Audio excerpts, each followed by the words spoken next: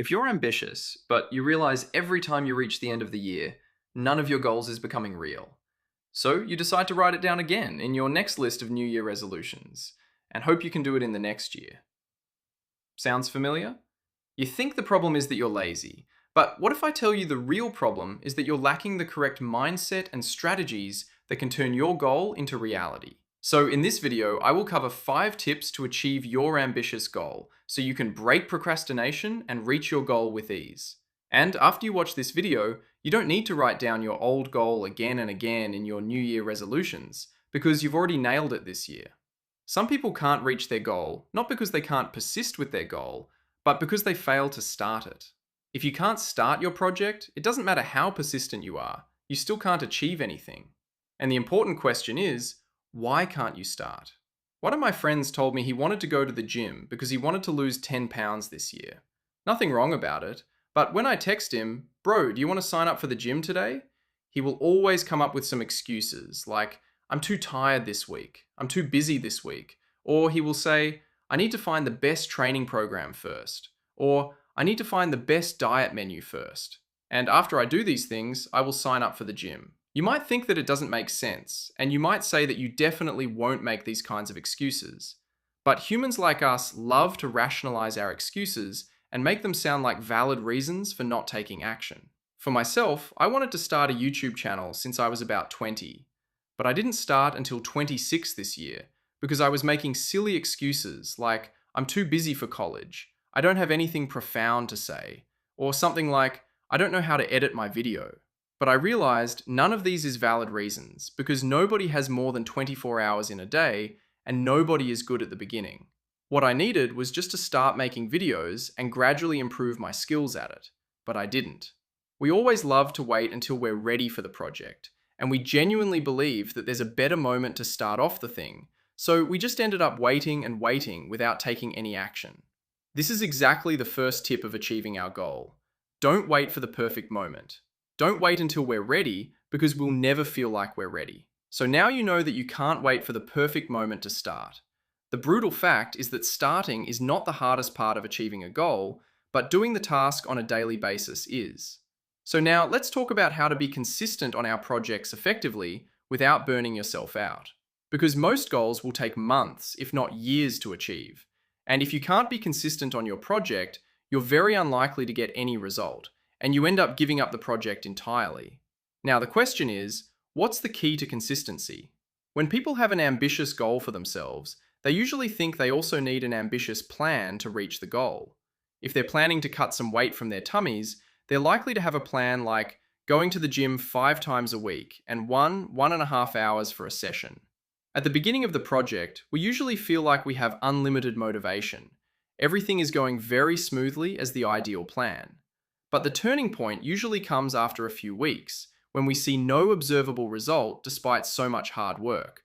Our motivation starts dropping slowly, gradually, until a point where we just want to give up. So what's the mistake we all tend to make? Even if it's an ambitious goal, we can't simply set a plan that's too ambitious for ourselves, especially in the starting stage. Can you imagine if somebody starts sprinting at the very beginning of a marathon? There's no doubt that the person can't even finish the marathon for sure. So the second key to achieving a goal, especially for lazy people like me, is that you need to think small instead of thinking big. If you feel like going to the gym 3 times a week is way too exhausting, you scale it down to going once a week instead. You need to design a plan that feels easy enough so you can persist for years. And if you feel you can keep up with your plan effortlessly, you can always progressively load yourself a little bit so you can get more done without exhausting yourself. But for some people, even they know that thinking small can be good for their progress, they still struggle to execute the task, because thinking small is still a mindset thing. Is there a way to make sure we can always do the task, even if you have zero motivation on the bad days, so that we can further boost our consistency and progress? And the short answer is yes. People love to rely on motivation to start a task. But when the task is too difficult, too tired, or too annoying, they just can't push themselves to start. And people might suggest that maybe you can try to plan out the whole thing in detail, listing out every item you need to do, listing out the exact order you'll be doing, so you don't struggle to execute. While planning out the task beforehand can be helpful, especially when the task is super complex. But what about routines like running for 5 kilometers at night once a week? There's literally nothing to be planned except for your running path. So planning in detail is not the solution. For most people, once they activate the task will go smoother than we expected. If we can trick ourselves to start, we'll be more likely to finish it, even if we're a bit tired. Here I will explain the 2-minute rule in Atomic Habits to solve this problem. The 2-minute rule states that every routine can be reduced down to a 2-minute version of the task. If you want to study for an exam, the 2-minute version would be something like: first, sit down in front of your desk, and second, open your notebook. If you want to run for 5 kilometers every night, the 2-minute version is: tie your running shoes. And if I want to write a video script, I'll just tell myself to write 3 sentences. And sounds silly, but it works really well because the 2-minute rule makes you standardize the starting procedures. The biggest mental block usually comes at the very beginning of a task. So if you can standardize how to start a task, the remaining part of the task should go smoothly on its own. So the third tip is the 2-minute rule. Make the start super easy to start. If you can do the first 2 minutes for the task, then you're very likely to finish the whole task. The 2-minute rule is just like setting up a campfire. Once you ignite the first piece of wood at the beginning, the fire will just keep going without more effort. But even you know how to trick yourself into starting your routine. You can't get much done if you can't focus on the task. We usually can't focus on the task because we schedule the task at the wrong time of day. So the next thing we'll discuss is how to schedule the task during the day so you won't struggle to focus on your project and you can achieve your goal faster. I used to spend my morning doing what people called the busy work, like checking my phone, replying to email, or watching the news. We always like to schedule the easy task at the beginning of the day because we love to have a sense of got something done.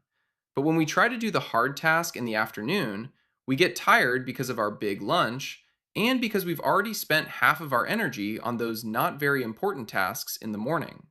It's even harder to get something done at night because we usually just want to watch Netflix or YouTube after school or after work.